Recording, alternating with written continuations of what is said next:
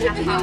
Huwag mo nang ipagsiksikan yung sarili mo dito dahil ayaw na namin sa'yo. Please leave para sumahimik na kami. Makinig ka sa akin at bago na ako. Please, bigyan mo lang ako ng Well, I'm chance. really happy for you. Nagbago ka na para hindi ka namin kailangan dito. Wala ka na magagawa para magbago pa isip namin para sa'yo. Sige na, umalis ka na rito. Wala ka na lugar sa pamamahay namin. Umalis ka na.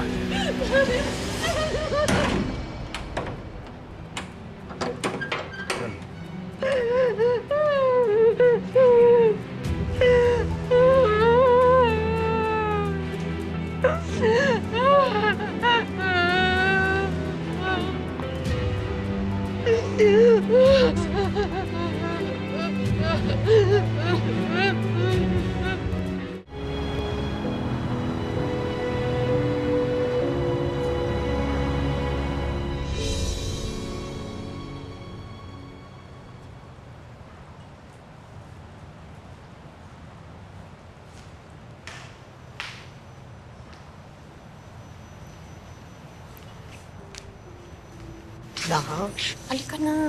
Matulog na tayo. Namiss kita bigla.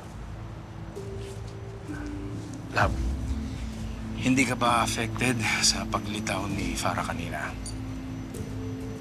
Bakit ko naman siya pag-aaksayahan ng oras? Pinaalis na natin siya. Kinalimutan ko na siya. Okay. Kasi bothered ako na pinatawad si Mita kaagad.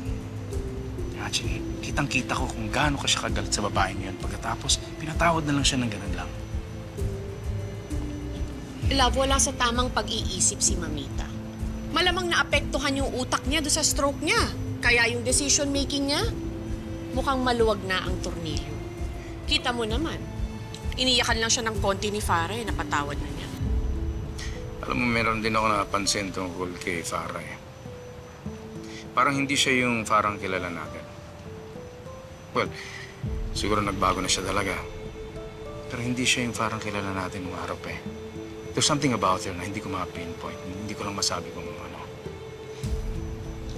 Maarte lang yun. O baka naman pati ikaw na uto na. Huwag ka magpapadala doon.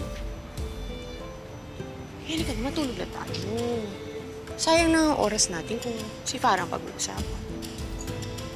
Sige. Love, mauna ka na. Ha? Dala ko sa kusina. Sunod na ako, ha? Sige na. Mauna ka na.